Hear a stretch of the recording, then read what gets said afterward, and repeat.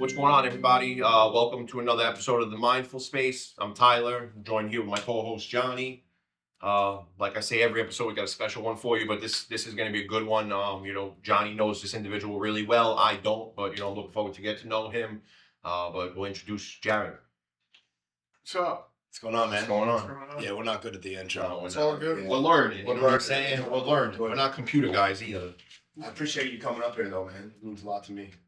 Absolutely. Yeah, I've known Jared for a little bit now, maybe a couple of years. And we just played the interview in Madison Square Garden, and how impactful it was to me. He fights in the UFC. I'm sure everyone that watches probably will know that. And his journey's awesome, bro, but it's pretty much just like ours. That's the coolest part about it. And we all end up in different places and different things. So I'm excited, man. I don't really know where we're going to go with it. Hopefully we can get it a little different. You've done a lot of podcasts lately, huh? Yeah, I've done my fair share, so but it's all good, bro. Yeah. He's also from New York, so you guys can connect on that level. I'll just start off, man. What was the feeling? This is what I always think. Well, first of all, did you have that speech, or did you know what you were going to say? Yeah. When you won. I'm not going to say if you won. When Of you won. course. I mean, I try not to overthink what am I going to say on the mic after I win, because I got to win first. Right. So you don't want to put too much effort into that. But yeah, I think of an outline of what I'm going to say, and I'll just let it roll when I got the mic. But I grew up in the city. I was born in Manhattan. I trained at Hensel Gracie's, which is literally 3 blocks away from Madison Square Garden. So I would get off the subway, walk to the gym, and I'd walk past MSG almost every day. And I would look up at it and be like, man, I'm going to fight there one day. I'm going to fight there one day. And my grandfather fought there a few times. And, it's my hometown. So it was a really, special moment for me. My whole family was there, all my friends. So it was really cool. And then, I fought a silver medalist, Olympic wrestler, Marco Madsen, and I won by knockout in the first round. So, yeah, I got the chance to get on the mic. And, I used to be in Penn Station, which is literally underneath Madison Square Garden, the subway station underneath MSG. And I would be in the bathrooms down there, and I would, get off the subway, go in the bathroom, shoot dope. And, it was just like story that was made in a movie or something. I had no idea at that time, one day I'm going to be fighting in MSG, get on the mic with Joe Rogan in the UFC. So it was just really cool. So I had to, tell everyone, I was shooting dope under this place at one point. So if you're struggling, you can do anything you put your mind to if you really want it. Yeah. So back up, because I believe you. I know you personally. So you know what I'm saying. But everyone always says I walked by MSG or wherever they're talking about. I dreamt of being in there once. Did you honestly dream of being in there once? Was that a real thought in your head? Yeah, of course. I mean, so I got signed to UFC in 2017, and that was the year that the UFC made their debut at MSG, because MMA was illegal in New York up until 2016 or 2017. So as soon as it became legal, UFC booked a card at MSG, and I think it was Conor. I forget who it was. I think Conor fought there, the first card. A lot of big names fought there that night. I think GSP fought there one time against Michael Bisping, Joanna Jędrzejczyk versus Rose Namajunas, and I went to that fight.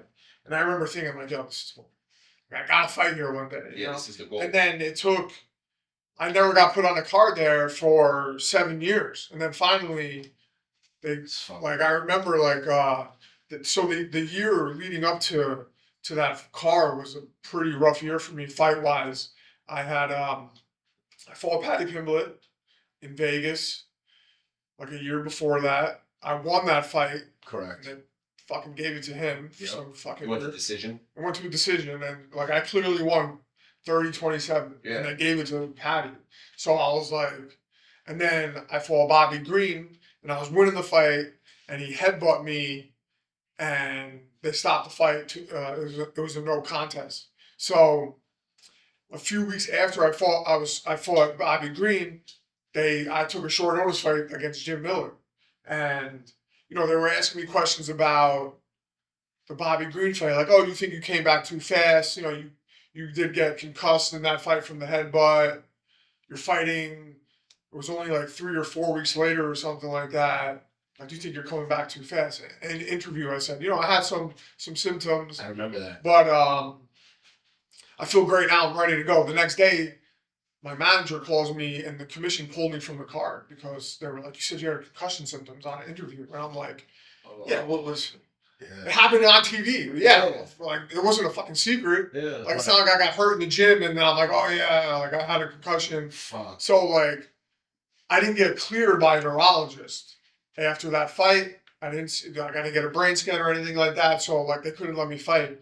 So they pulled me from the card. So I'm like, oh, what the fuck is going on here? First, I get robbed in the paddy fight. Then I get headbutt. Then I finally get another shot, and they pulled me from the card. Like it just kept going down, down, down. So a few months have passed by, and I'm like fed up with fighting. I'm like, I don't want to do this no more. I'm fucking sick of this shit. And then one day I'm sitting at Jizzy's coffee shop on Federal Highway, and I'm sitting with my coach Jason, and we're talking about fighting. I'm like, fuck the gym. I'm not going back. Fuck this shit. He's like, someone's gonna come, and then all of a sudden my manager calls me right there. He's like, hey, you want to fight at MSG? And I'm like, let's fucking go. That's crazy. Yeah. I was in the gym that night. And then, so, like, to go back home, MSG, to win the way I did in front of my home crowd, my family, it was just really special. So, yeah, I mean, it was awesome fucking moment. Yeah. No, that had to be, was that like your aha moment in the, like, in the fight game? Like, I made it, like, this is what I've been looking for? Like, yeah, it was great for me to fight at MSG, but like I feel like I have a lot of unfinished business, bro. Okay. Fighting. Like, Yeah. I You had got a lot more you want to do. Yeah, and like, so one of my best friends, Bilal Muhammad, just became champion. He's a close friend of mine, and like we were roommates together like years ago, like fight training together, fighting alongside each other, and he just became champion. I'm like, yo, like, I want to fucking be champion too, Yeah. like I want to get that far, get further than I am. And so then I took a fight in Saudi Arabia this last June, and I won that fight, and they gave it to the fucking other guy, bro. And granted, we're in the Middle East, in Saudi Arabia. I fought a kid that's from Afghanistan. I won the fight. Mm-hmm. Watched the fight, the whole John Anik, all these major MMA guys that have big podcasts, big platforms, YouTube channels are like, Jaron Gordon won that fight. Yeah. So like right now, I should be on a 5-5 winning streak, but I'm fucking 2-1. I got 2 wins, 2 losses, 2 robberies, and a no contest. I should be on a 5-5 or something, whatever. I should be on a 5-5 winning streak. Yeah. And so it's like slowed me down because I would be getting bigger opportunities. Mm-hmm. I would be like, so when you fight, you get your show money, and then when you win, you get your win money. Okay. So those 2 losses, I didn't get my win money. That's like close to $200,000 of money that I didn't get. Wow. So like, and I got a baby coming in January. I just bought a new house. I was paying 2 mortgages. I finally sold the other house. So like, so much stress fighting, is like not stable. Mm-hmm. Like anything, I could walk out of this room and fucking blow my knee out, and I won't be fighting for a year. And who knows if I would even come back from something like that. Mm-hmm. So like, there's just so much that goes into it, and so whatever. I feel like I have a lot of unfinished business. I'm the best fighter I've ever been. I'm getting a little older. I'm 36 now. So like, how much longer can I fight for? Mm-hmm. But I know I still got a good 2-3 years left in me, and guys are fighting older and older now. So it's not like the NFL or MLB where like we could fight old or older, and so like, so and then like the depression, bro, the robberies, That's what I was just thinking. headbutts, Yeah. the injuries. Like I get down on myself big time, bro. Like and like I don't go to like, oh, like I'm depressed, like I'm gonna get high. Like I don't even think about getting high anymore. It's been 9 years almost since I've used a drug or alcohol. So now I just go straight to, I'm gonna fucking kill myself, because that's how, like, I skipped the whole, you know, in my disease, it just wants me dead. It doesn't care How how I die. Yeah.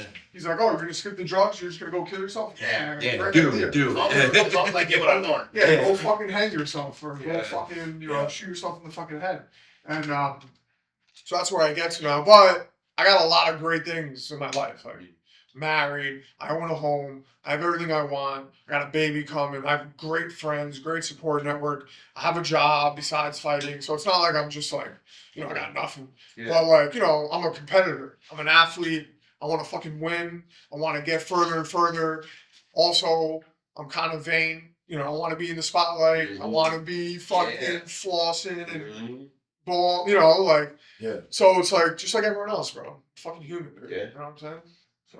I like that you said though that like it's been 9 years that you don't think about going to get high right away. No, 'Cause a lot of people don't understand that, man. You know, like when you put some serious time together and like you have a solution in your life, when bad shit happens, it's not almost your first thought anymore because you're so far removed from it. Exactly. You know. I don't know if this is good to say, but like sometimes when things are tough, like I even think, man, getting high would be so easy right now. But it's not even as if I'm gonna like. But it's not even it's not even a question of whether I can do it or not. I'm like, I do understand it. Like that would take the load off. Yeah. You know what I'm saying? Yeah, well, but it's not like it's an option. I've had those like that happen too. Like when I first started making like good money and something bad happened, I'm like, there's no way I can't dig myself out of a 2-week course. run, Yeah. bro. You know, I'm like, I got $100,000 right now, bro. Yeah. No way. I should Chill. get high for I used 2 to have weeks fucking and come right back. $200 and it felt like I was bro. balling. Yeah, I'm bro. good. Yeah. But also, It's a 3 it's bucks a so day. weird now too because like, bro, the drugs are so different now. Yeah, we were just talking about Bro, that. it's like nostalgic. When I talk to other heroin addicts about heroin, I'm like, yo, I fucking Yeah, remember it. bag, Yeah. dope, Mhm. little bundle of heroin. Now, I don't even know what to say. No. Oh, do you have like fentanyl? Yeah, Like, they what have, do you like, a do? milligram. I'm gonna fucking die. Yeah, you got a milligram of fentanyl. Well, we were talking about it's not even like getting high, bro. It's either you don't feel anything or you die. Exactly. There's no like And euphoric I'm the guy, high. and I'm the guy who I gotta feel something, so I'm gonna choose to die. Mhm. Right? Sure. Like, you know what I mean? Like, if I go that route, like, I'm gonna feel this shit. Yeah. You know what I mean? And it's a wrap. It's a wrap. Yeah, And no, even it's like not buying what it other drugs like coke Yep. or you know crack, like there's fentanyl and everything.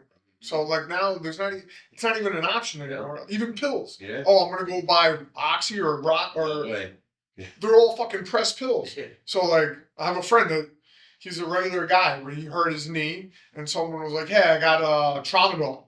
All right, I'll take a tramadol. Yeah, no It problem. was pressed with fentanyl. Like he was in the hospital for a week. Wild. Yeah, he fucking died. He was at a wedding, and like he's eating strawberries. All of a sudden, he starts fucking throwing up strawberries, and he's like, "What the hell's going on here?" And like he started to feel okay. He went home. He took another tramadol, and like his fucking girlfriend found him like blue in the bed, Jesus. bro. So they broke. He was in. They intubated him. And they're like, "Yeah, you got a fentanyl overdose for buying a tramadol." Yeah. So Right. like, Yeah. you can't even buy pills now. No. It's fucking. They Even ruined it, bro. experimenting. They Ruined it. Yeah. ruined, which is a good thing, I Yeah. think, because it's definitely deterrent now. Like, 100. people don't want to go, can't relapse anymore. Like I used to do, like if I relapsed after a long time with heroin, I would, you know, sniff a bag of dope. I'm not gonna go straight to shooting. Right. And then once I'm like, all right, I got this, I'll Yeah. start banging it again. Mhm. But now it's like, you sniff a, you touch the fentanyl, you fucking fall out, you fall out. Yeah. Like, I know more insane. people that have overdosed on the press Xanax than Yeah. probably actually Yeah. trying to shoot dope. Yeah. They at least knew what they were doing. Exactly. Or Pop- thought they knew. And it's crazy too, because even the pressed pills now, I mean, we see all this shit all over social media. They ain't even making them blue anymore. They You just know? look like different colors. They're all different colors. Like they're fake anyway. Why would we try to get them this You exact gotta color know blue? there's fentanyl in it. Have You to. gotta know. Yeah. And even the coke, like we work in the industry, you know, place people in treatment all the time, bro. I had some kid grew up in like Boston, you know, bar rat, kind of like how we grew up. You know what I'm saying? Hang out in the bar and stuff. And he bought a fucking $20 bag of coke, bro. He goes in the bathroom, he's hammered, he does one blast, and he wakes up in a hospital. Yeah. Kid's like, yo, I've been sniffing coke every weekend my whole life. Well, that's the thing. And all of a sudden I'm dead. Yeah. And these You know? assholes that like they're like, oh, I know my guy, I know I my got guy, my he does guy. real Yeah. shit. I'm Yeah. like, okay, Okay, no problem. Yeah. you know. No, it's a fucked up world we live in, man. And we were fortunate enough to be able to be addicted to drugs when we were. You know? I know. Honestly, it's sick to And say. it's like, I don't know, it's crazy to say, but like I swear to God, like when I talk to people, like I said, it's like nostalgic. Yeah. Like Yeah. you can't get heroin anymore. No. Especially like Florida. Maybe if you're in the Bronx. Or Yeah, if you you're might in, have like, one or two might have a guys, guy yeah. that can get you like real dope. Yeah, But like drug dealers don't want to sell it anyways because it's more expensive. It's harder to get. Yeah. You know, like so people are just. And now the kids are just buying fentanyl. Like I want what do they call it, Fetty? Yeah. I want Fetty. Fetty. Like yeah. so. That's what I was telling them. I think last time. Yeah. When I my last run in Overtown, it was in 2017 when they were like, you want a $10 bag of Fent or you want a $20 bag of dope? They were actually giving me a choice, bro. One was white, one was darker. Well, what do you think if I got $20? I'm getting up 2 bags of fucking Fent. Yeah. Come on. Yeah. I can add. It's insane, man. But Like really insane. It's just changed the whole way that people like recover. You know, it's like you said, like I learned a lot from my relapses, you know. I really did. Like getting time, getting high, getting time, getting high. Like I learned a lot from that shit, bro. You don't have that option anymore, bro. Nope. You're dead. You know, and the amount of people that I've personally placed in treatment that have died, bro. You know, I got a text this morning from this girl, Destiny's mom, and she was like sex trafficked through Florida and everything. She sent me this big long text like thanking me for like everything I did, and I'm sitting there like, yo, this girl's doing great, and she decided to like get high one time. Now you're dead, like. You know, she's dead, yeah, man. And her mom was like, had like some speaking arrangement or something, and was like, "Hey, this is what I'm gonna say. You know, what do you think about it?" And I'll let you read it, man. But it's fucking crying this morning, bro. Driving to work, like shit sucks, bro. It was, you know, beautiful little girl dead because she decided to get high one time, man. I think it's great that you can still cry. I'm so numb to it. Yeah, it's few and far between, bro. So when mom called me and was like, "Yo, my daughter's missing," I boots to the ground, bro. I was driving around West Palm for days, bro. Like trap houses, little tent cities, like popping in, like, yo, you guys got her, you know? And then she popped up, man, and you know, she wasn't alive anymore. It sucks. Yeah. It really It's one of the does. things just like that I struggle with the most is like people dying, right? I learned like this is part of what I consider my PTSD, like overseas, like when someone would die in combat or something, you know, like you had to be numb to it. You had to not really treat it as like a human being, you know? You And, gotta get up and keep going. and one of the things like, cause I go to therapy still is like, that I've worked on over the years is like coming to like understanding like human life again. And like, you know, like actually trying to be sad, you know, like I want to be sad. I want to be able to feel this shit.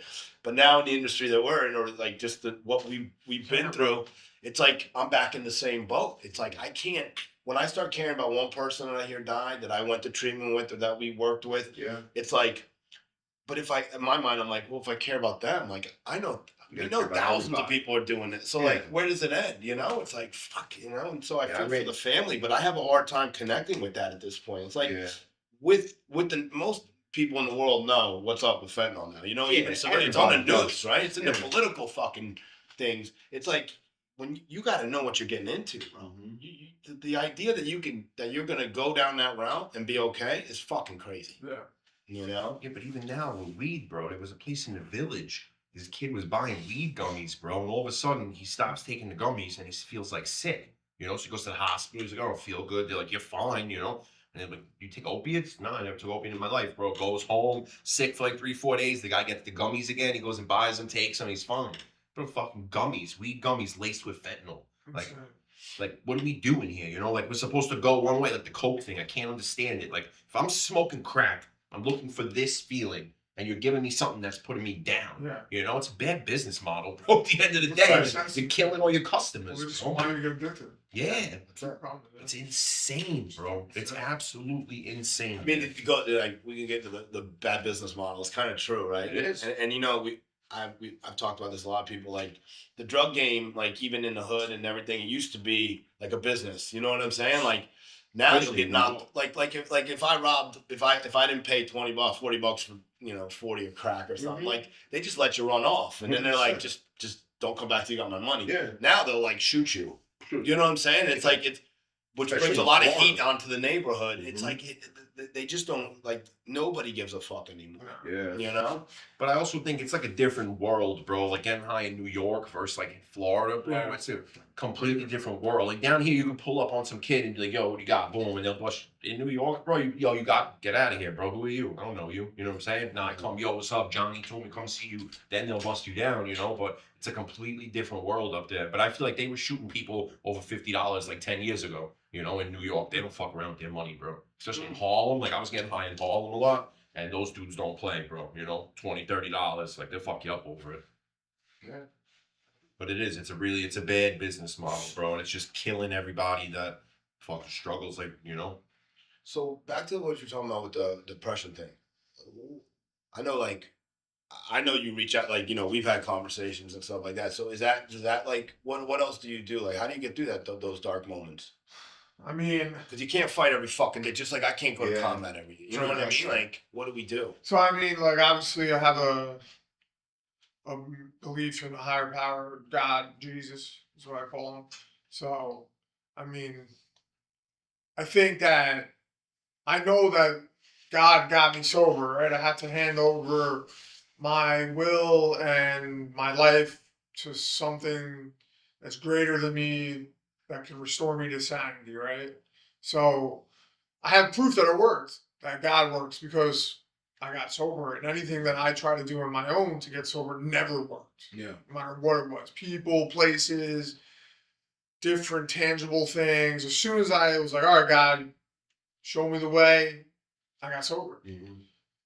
And then when it comes to other stuff in my life, it was hard for me to do that because I was like, I don't see how, I couldn't see how it correlated.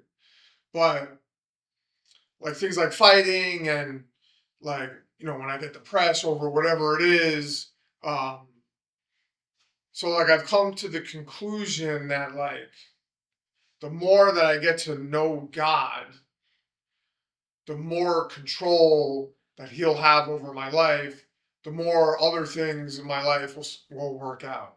So like, yeah, I get depressed and I do get pretty dark sometimes, but I'm able to come out of it once I start like, putting the work in again, going to meetings, praying, reading scripture, going to church, doing stuff with my wife, being spiritual with my family and my friends, and slowly but surely I start to feel better, and like He provides for me, no matter what. Like when it comes to finances, like I'm looking at my bank, I'm like, Jesus, like what am I gonna do, or how am I gonna do this, or how am I gonna get through that, like, or what's gonna happen with fighting, or what's gonna happen, after fighting when I'm like, He provides for me. And I also have a great support network. My family's in my life, my parents, my wife's family, her mother, like everyone, like we have a great support network. And then like, everyone that surrounds me too is just like they're there for me. Yeah. When you surround yourself with good people, it's easy for you to get through things, And like then it's hard for, like it's easy for me to forget like where I came from. Like I've been homeless. I've lived in homeless shelters. I've had nothing, no money, credit cards maxed out, license revoked, no job, like no way to do anything. Right. Like Same. not even a place to live. Like, so if I was able to come back from that, I can come back to, come back from where I am now. Like people say to me all the time, they're like, bro, you fight in the UFC, you fight on TV, pay-per-view cards. Like people would envy just being in the UFC one time. You've been in the UFC 8 years. Like everyone know, like people know who you are. Like you have a great thing. You have a platform. Like you help so many people. Like what are you depressed about? And I'm like, you don't get it. I want to be the best in the world. And a lot of it is very egotistical and prideful. And like I have to keep those things up front. And like, but goddamn, fighting, man, you gotta. I would think that. Even more so than like, because I get everything you're saying, but like, you don't you think there's got to be some arrogance, some fucking like, you know what I'm saying? You got to be a dickhead. You got to be, you got to be an egotistical, selfish person. Yeah. You have to do what you can. You got to like, bro, fighting is one of the most selfish things that I've ever done in my life. When I'm in fight camp, nothing matters besides fight camp. My wife, Jared, I'm tired. I gotta chill before my next session. I train 3 times a day. Everything I do, the way I eat, the way that I sleep, the way that I train, what I'm doing between training sessions, what I'm doing after my training sessions, all revolves around winning this fight. So it's super selfish. And then it's hard for me to come like when the fights are over, like it's hard for me to get away from that. Now I got to go back to being Jared, not the fighter. So, there's a lot of balance but yeah, you got to be like selfish and egotistical and like you got to make it all about yourself, like to win fights. Like I know the guys, like granted also their belief systems are different. Like, I know a lot of Muslim guys, like, bro, women have nothing to do with the sport. Like my wife's involved, bro. Like she comes to fight weeks. Like, bro, Muslim fighters, there's not a woman in sight. No. Not that I'm saying it's a bad thing. This is what they believe in. Yeah. Like that's the way they live. Like the family, the kids, you got nothing. Like stay at home, keep your nose out of this. And like sometimes I'm like, man, I wish I could do it like that. You know what I'm saying?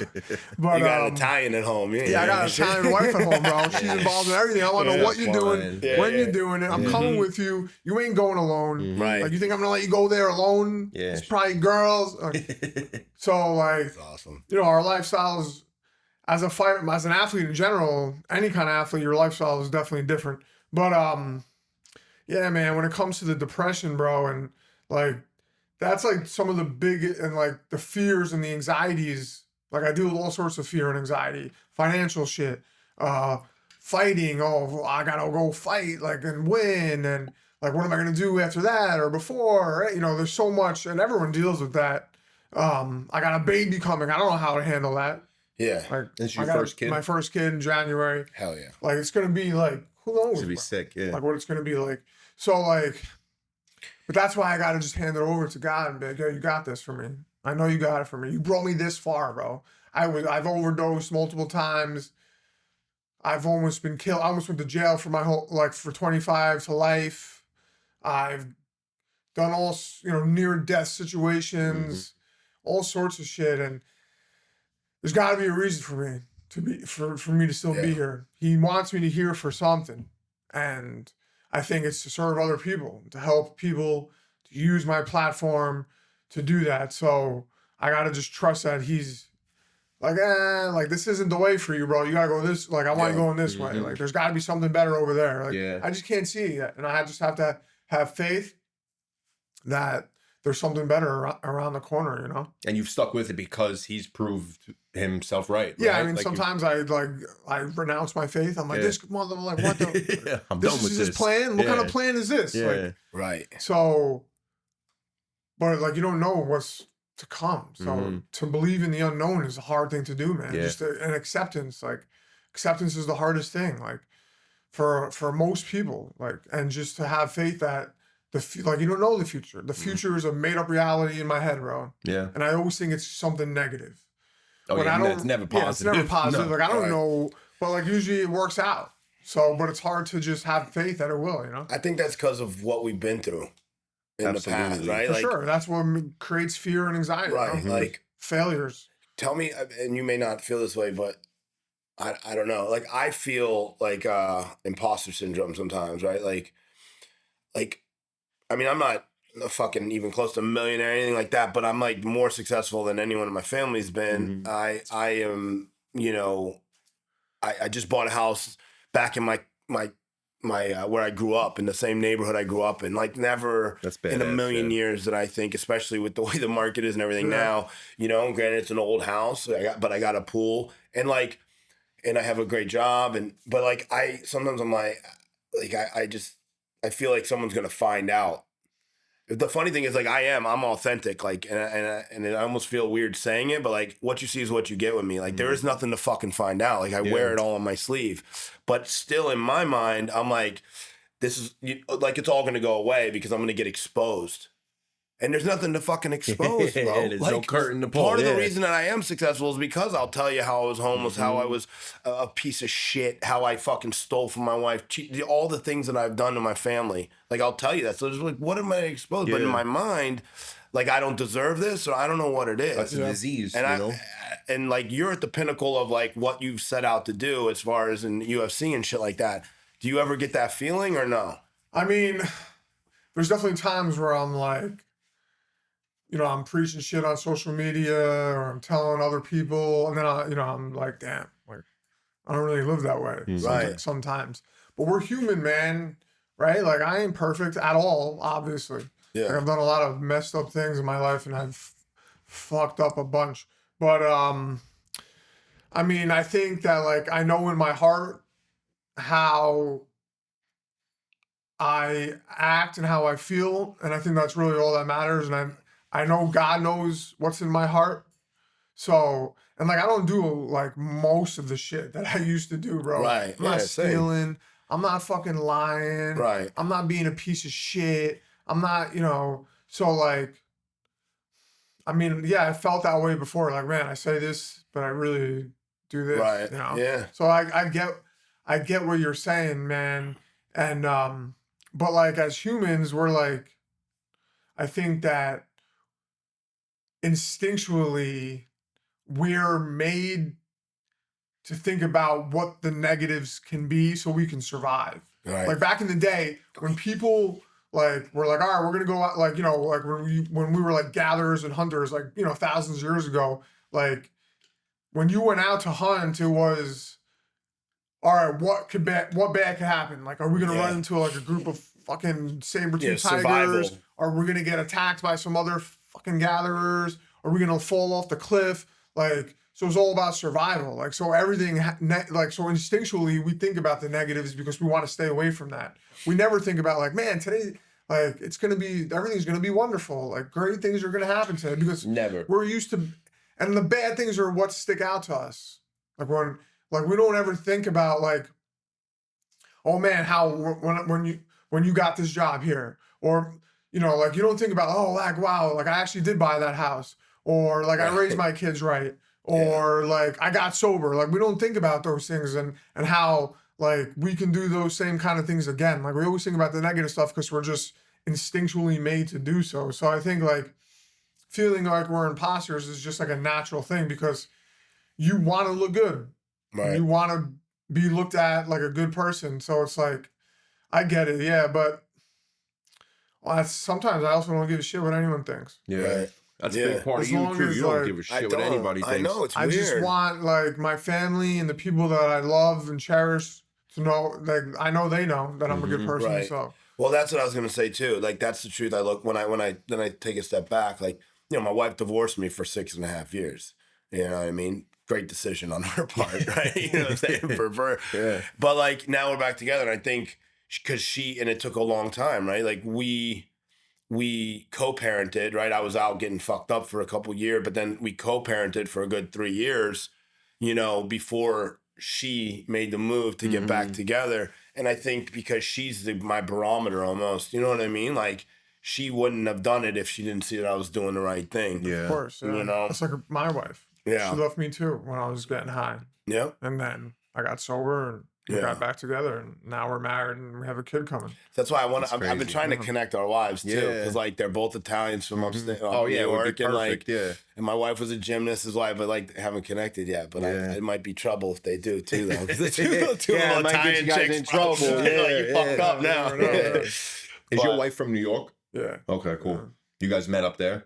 Yeah, I've known my wife since first grade, actually. Get outta here. My wife's from New York, but we met down here. Okay. She's from Brooklyn. Yeah, they do. Did that? How did that go? The war. They did the ninja. What they call it? Ninja. My wife is on Ninja Warrior, the show, Get out of here. a few times. And That's we did it badass. together, yeah. Yeah. It was like a couple challenge. I did terrible. Was it Did you? hard? So hard, bro. Right? Because it's funny like though, the 'cause weird grips They let and us shit. they let us test the course and I cleared every obstacle. And then when That bell the rang, camera was yeah. on me, I fucking fell in the first one. How did she do? Yeah. She did well. She rocked yeah, it. yeah, Yeah. she did good, yeah. She has a gym. She owns Okay. a ninja You could- gym in Boca, yeah. Jump twist ninja, yeah. That's sick. And she was a gymnast for her whole life, so she's Okay. like made for this shit. Yeah, it's like her niche. Yeah, And yeah. she's not in recovery. She's normie. Nah, she's a normie. Yeah. Nah, she was never That's a blessing. alcoholic or drug addict. Yeah. She's a business. She owns 2 businesses. She owns a gym. She owns a gymnastics music company. Cool. Like the biggest gymnastics music company in the country, probably. Like, Really? she choreographs and customizes music for floor routines for gymnasts. Yeah. And she's a landlord too. That's she's badass. she's a boss, yeah. Yeah. Without her, Yeah, you I would fall have apart. Yeah, I would have It's crazy, bro, I'd be right? fucked. Yeah, we think we're these like Yeah, big I'm just bad like the men, I'm you just know? the muscle, bro. Yeah. That's all I Just am. the muscle. That's it. Like, Yeah. and she's the brains. Yeah. That's it. She runs the show. That's And it. muscle stands no chance against brains. Never, never, never.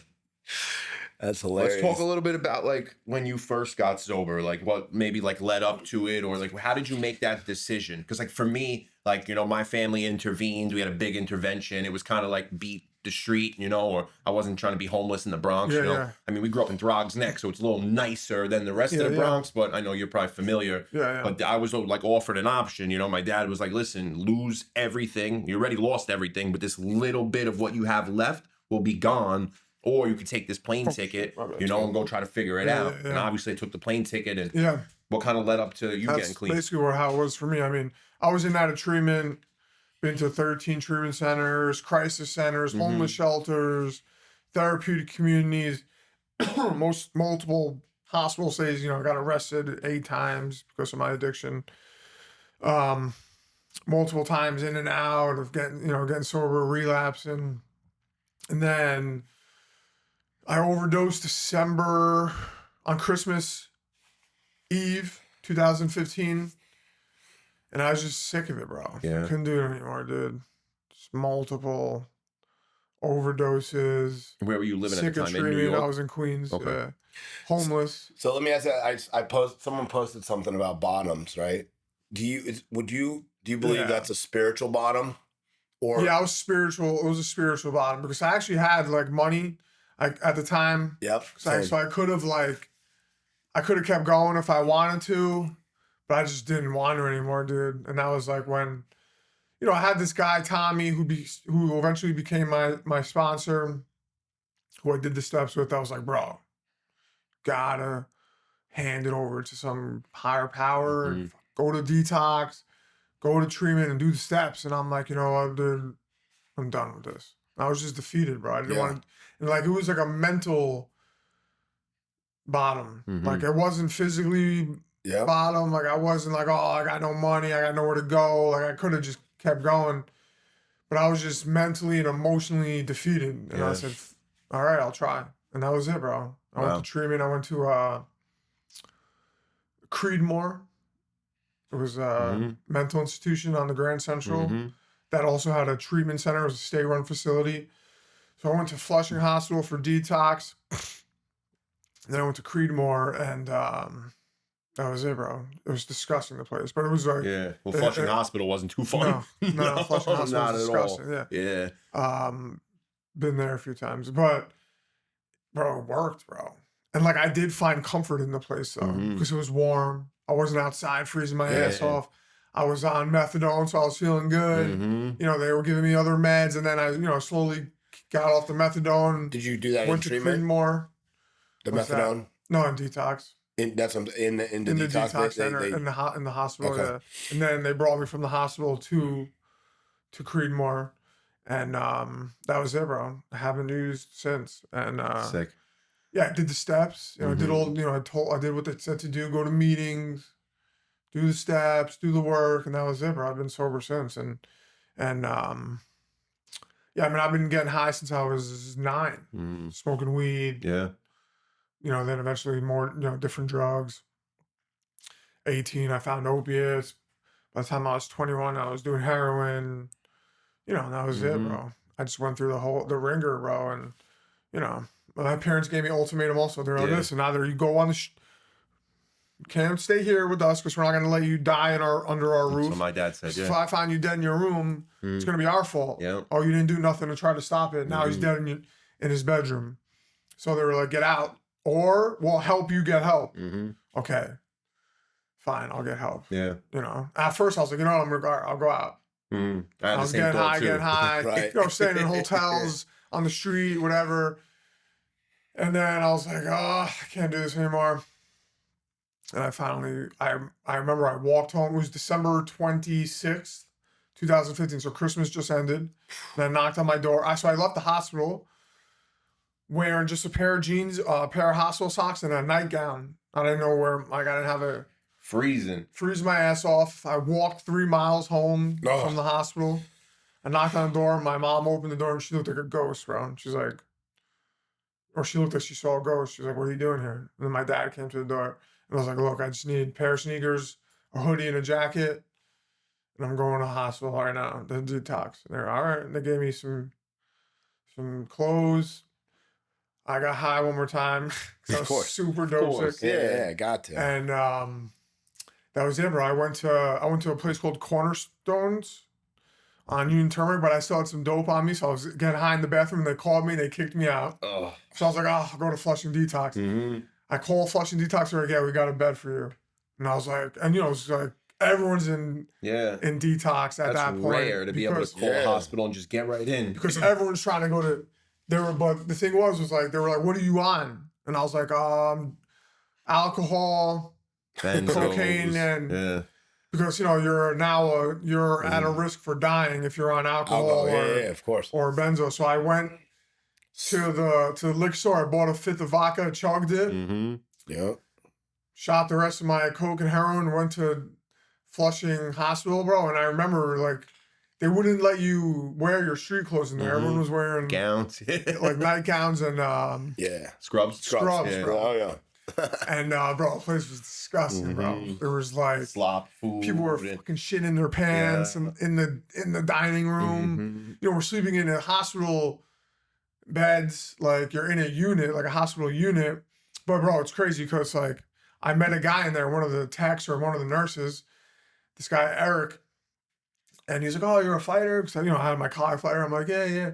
And then I got to UFC a year later, bro, and he messaged me on Facebook, and he's like, "Bro, I saw you fight your first UFC fight. I can't fucking believe it." That's like, bro, you so were cool. Bro, I went into that detox, bro. My arms tore the fuck up. Yeah. And then it's funny too because like, all right, so like 6 months after I got sober, my dad was dropping me off at the train station, and there was a cop, NYPD car across the street, and they were like looking at us, and they honked the horn, and they were like, "Come here." And I was like, my dad was like, "What the fuck did you do?" I was like, of course. I didn't do anything, bro. I'm like, "What the fuck?" So I walked over there, and they're like, "You remember us?" And I was like, they're like, "We pulled you out of the hospital when you overdosed Christmas Eve. No. Or out of the hotel when you overdosed on Christmas Eve." Yeah, so, bro, I overdosed, but I was shooting so much cocaine. So when they revived me, I was still like, and I was like, man, paranoid. So like, they Narcan me, but they brought me to the hospital. But like 2 cops got in the ambulance with me because I kept like, I was so paranoid and I thought there was midget like cops trying to chase me and shit. So I'm like going like this, like, "What are you looking at?" I'm like, "Wow, like, you don't see that?" And like, I'm like, "There's people like what?" And they're like, "Bro," like, so they like escorted me to the hospital with the EMTs, and those 2 cops were the cops that were in that cop car. They're like, "You don't remember us?" So and then I'm like, "Oh," they were like, "We brought you to the hospital." They're like, "How you doing now?" I'm like, "Bro, I'm sober." And like a week before that, I just won this regional promotion called Cage-Free Fighting Championships. I won the title by knockout, and I showed them the replay, and they're like, "Bro, you made our fucking day, bro." That's so sick. Like we saved you. You've been sober since then, and you're actually like sober now, and still they're like, "Yo," I'm like, "Thank you for all the help." And my dad was like, "What the fuck did they want?" And I'm like, "Bro, those guys pulled me out of the hotel and brought me to the hospital." When I got there, he was like, "No fucking way." That's insane. So like, it's really cool because like, and then the guy at the Flushing Hospital, like I still talk to him, bro. That's so like it's been 9 years. He still works in that detox room. Really? Trying to help people. That's God, bro. man. That has to be God. So like those it was cops. like those moments when that shit happens, bro. I'm like, wow. And like you said, like what else could it be besides God, bro? Yeah. Like what are the chances I was gonna run into those cops again? No, things like that don't happen. But like I was getting high in Queensbridge in a Best Western motel across the street from the projects when those cops found me. And like, this was all the way in my neighborhood, like in Astoria. So like just running into them was like just like stroke of luck, you know? Absolutely. Or coincidence, whatever. But it wasn't a coincidence, it was fucking God, bro. There's no coincidence. Yeah, no, there's no such thing as so coincidence. Like that kind of shit is really what like makes it like feel warm and fuzzy, you know? And like worth it, bro. Yeah. It's really fucking cool. Yeah, and things like that keep you going, It doesn't matter how long ago they happen, Like, bro, those cops were like, if I don't do anything ever again to help anyone in my career, this was worth it, bro. So like, that's so cool. Yeah, it's pretty cool, bro. Really, really cool shit. And then like now, like when I help, like people reach out to me from all over the world, bro. Well, that's what I told you. Different countries, all over the country. Like, I can't imagine what your DMs how did you get like, sober? bro. And then Yeah. and then get to UFC. Like, Yeah. I'm like, I don't fucking know, dude. Yeah. God, that's It how. is though. Well, you're an example too, you know. Like, Yeah. there's people out there that probably got sober because of your story. Yeah, bro. People hit me up because of your and they're, platform. bro, do you remember talking to me like a couple years ago? And I'm like, Sorry. no, I don't. And then they're like, bro, you spoke to me, and I've been sober since. And I'm like, so holy shit. sick, bro. So like, it's all worth it. But like, you know, I gotta just keep doing what I'm doing. Yeah. And just keep helping people. And But it's like you said too, though, you know, like what God has to have a plan for me. Like I overdosed, I died, everything. Yeah, like bro. that's your plan. Like, yeah, you achieved in your personal life, like what you've been fighting so hard for, right? UFC, and like you wanted to be a fighter. But on the other side of that, you do so much for people that you don't even know. Yeah, bro. You know, you just living by example is helping tons of Yeah. people because you have that platform. Exactly. That's so sick, bro. And that's like what we want. We talk about it all the time, you know, like we want to be able to like somebody watch this video and like get Yeah. help because of Yeah. it. You know, like that's what we want. That's why we're doing this. That's it. You know, is to have that safe space to be able to fucking, you know, share our story, share your story, and you know, like actually fucking help people, man. Yeah. It's why I That's what it's post a lot of about. stuff on Facebook too. Sometimes I'm like, man, I gotta not, you know. Mm-hmm. But it's like, you know, it's that one person who knew me back in the day. Yep. Who I get to run into once, you know, or who sees me on Facebook or Yeah, some bro. shit like that. That like, you know, I get that with some Marines, you know, or some Marine families, right? Because unfortunately, a lot of suicide in the unit I was with in Afghanistan, especially my first deployment. But boy, I keep in touch with one of them as a sister of a guy. You know, another one is the ex-wife of a guy who took his life, and like, man, they follow me and just their like little comments here and there, for instance, you know, people I would have never known them if I hadn't got on there, you know, and it's like it Makes it worth it. it's worth it, man, and it's important, right? Like I think too, like that's why like who the fuck are we to not spread that word? You know what I mean? Like if you know the God thing, like I believe I wasn't just spared to be spared. Right. You know what I mean? Like it was like, and there's, you know, like, yeah, obviously he, or, you know, whatever you want to call it, God thought I had the ability to fucking do this. You know what I mean? To be that. And so. I know this sounds like kind of crazy, but like, you know, people say like, oh, if there's a God, like, why would this kid die of cancer? Or why, like, why is this guy dead? Or why did this happen? Yeah. And like, so like when I was 21, like one of my best friends overdosed. And this might sound like kind of fucked up, but like if he didn't die, I don't think I would have got sober. Yeah. And I know like, I don't think it sounds fucked up, but it's like if his death impacted me so much that I don't think I would have gotten sober. And now I'm not saying that like him dying was for the betterment of life's existence, but like God knows and has a reason for everything, like to impact someone or like for something to change or like whatever it may be. Like those things might have been greater than if he or someone stayed alive or something bad didn't happen. Like a lot of times when bad things happen, changes are made and then things get better. So like, I know it's like, it sounds crazy. Like why would a 6-year-old die of cancer?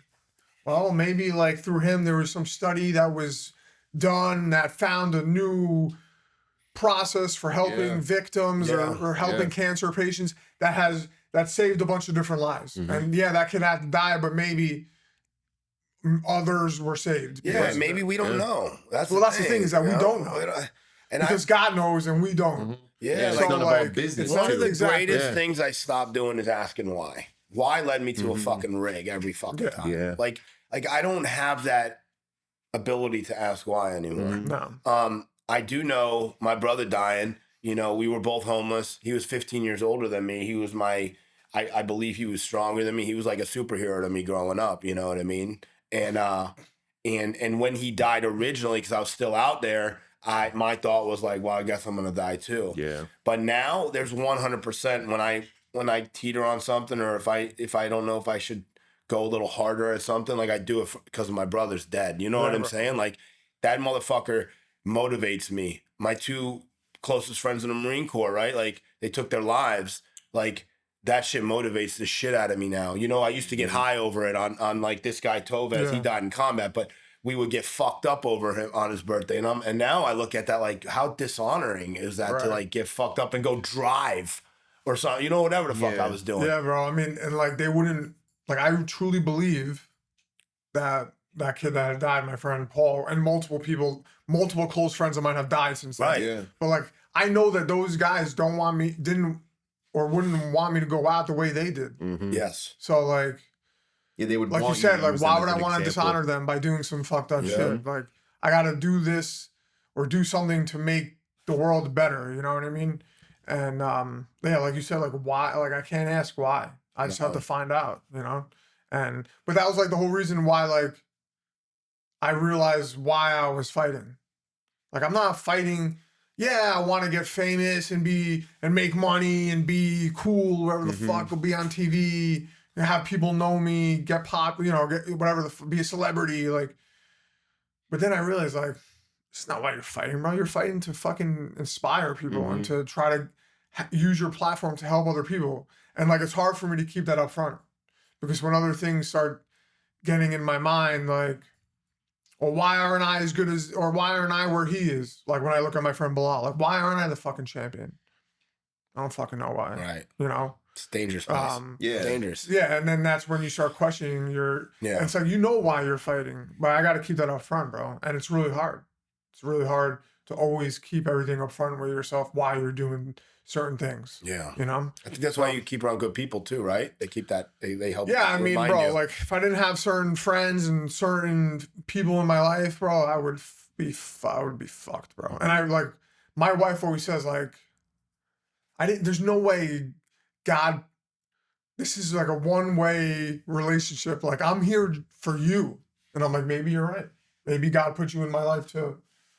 Yeah. To fucking keep me on the straight and narrow and to make me better, bro. Yeah. But like together, I mean, obviously, like it's not just a one-way street, but like, you know, like I truly believe without my wife, bro, I wouldn't be even close to where I am right now. Yeah, you need it. Or without certain friends in my life, I would not be who I am and where I am. So it's like 100%. You just got to keep everything up front and keep. But that's like the human struggle, man. Right? Just always trying to be better no matter what. Like you're always trying to figure it out. Sometimes you don't need to figure it out. You know, just take a step back. Exactly. Yeah. That's why community is so important too. We talk about it all the time, bro. You need good people around you to keep you going in the right direction. Because you ain't gonna be 100% every day, you know? You're not. It's impossible to. But that's why you got to share that community of people that are gonna, you know, 100%. No, I was shooting a podcast and all of a sudden he's like, yo, just ask this question. If everybody's nicer to each other, do you think that substance abuse wouldn't be a thing? No. I think that it would still be. It still would be. Yeah, because people are insecure. People have low self-esteem. Yeah, it has to do with too many things. People have all sorts of like physical pain. No matter what, people are gonna. Yeah. People just want to have fun. Yeah. So they're gonna get high or drunk to do so. So I mean, like when you go to a nightclub, like it ain't about being depressed. It's about let's have fucking fun tonight and get fucking fucked up. Yeah. Every time I leave treatment with somebody, we were getting along great. We were going to have fun. And I don't think I think maybe it would help. Yeah. A little bit. Yeah. But not so. I would have liked my drug dealers to be nicer. Come on, bro. Crack a smile, dude. You're making money. Yeah. Oh, I thought you were talking to him. No. I was talking to your imaginary drug dealer. I guess we'll end. You ready to be a dad? No. Yeah. I don't think anybody Actually, is. I am. I think I am. Yeah. I mean, am I like prepared completely? Probably not. No. But am I ready to have a daughter? Yeah, I feel like I'm at the point where like, this is probably going to be really good for me. Yeah. And I'm like ready to like I was thinking about the other night, like I'm going to have like a new human in my, like I'm going to have a human that in my house. Like I was telling my wife the other night, like when we bring her home, we'll like show her around the house. Like this is the living room. This is mine. We'll give her the tour. You know, and like to think that like we're gonna have this little thing. Yeah. When we're laying on our bed, and like my wife's on one side and I'm on the other, and we're gonna be like Yeah. This is us combined right here. It's a dope. little freaking I peanut, you know? Yeah. Yeah, So yeah, I'm for excited. you, bro. I'm scared. Yeah. I'm worried. Yeah. But like I know everything's gonna be fine. So The first, so I always like when I have friends that have kids, like I'm always excited when they're sober. Yeah. I wasn't sober, you know what I mean, and I really didn't. And I felt a lot of guilt and shame because again back to that numbness. I didn't know how to connect. I was so fucking numb, dude. of course. And someone told me a long time ago, like when you have your daughter, man, it's gonna change your life. It's gonna fucking change. And first of all, the VA had me, or the military had me a bunch of like SSNRIs, you know what I mean? So I was like a zombie then, and I was using and drinking. So it was like a double whammy. And I remember having my daughter, and I didn't have that feeling. And I felt a lot of guilt and shame about that. But I also, now that I look at it, like I think that person gave me a false, like that expectation wasn't really fair, you know? Because especially guys like us who've been through a lot of stuff and we fight with a lot of our emotions and stuff, like I would just say like, it's okay if you're not like blown away by having a child, right? I think once they start doing stuff, like now I'm completely blown away by my kid. My kid's 10 years old. Since I've been in her life, since she was about 4 going on 5, I have been blown away, but it's because I'm able to be, right? I did the work and the other things. But, at first I know that it, sometimes they just lay there and, but I think it'll be cool, man. Cause like you're in a good place in your life, it's, I'm ready. yeah, dude, it's fucking awesome. Is she excited? Super cool. Obviously, Yeah, that's a stupid question. A dumb bro. question. Yesterday we were painting the nursery pink. Got like the crib today and like a dresser for the room, new chandelier for the baby room, and so it should be cool. Yeah. That's really cool. Anything you want to say? We'll end it on. No. I'm excited, bro. I can't wait for your next fight, dude. Yeah. Thanks, man. Be Me good too. shit. Yeah. It's gonna be good. Yeah. It's gonna be really sick. Oh, shit. You want to say fuck Jeremy real quick or anything like that? Jeremy Plummer, fuck you. There you go. All right, guys. Thanks for tuning in. We'll see you next week. Follow, subscribe, ask questions. Ask us questions that we can answer. We want to give you what you want. So ask questions. Get involved in the community. Mindful Space on Facebook. We have a full community of people. We'll talk. Chop it up. You got questions, concerns. You need help getting sober. Reach out to us. Make sure you subscribe on YouTube too. All right. Peace. Thank Peace. you.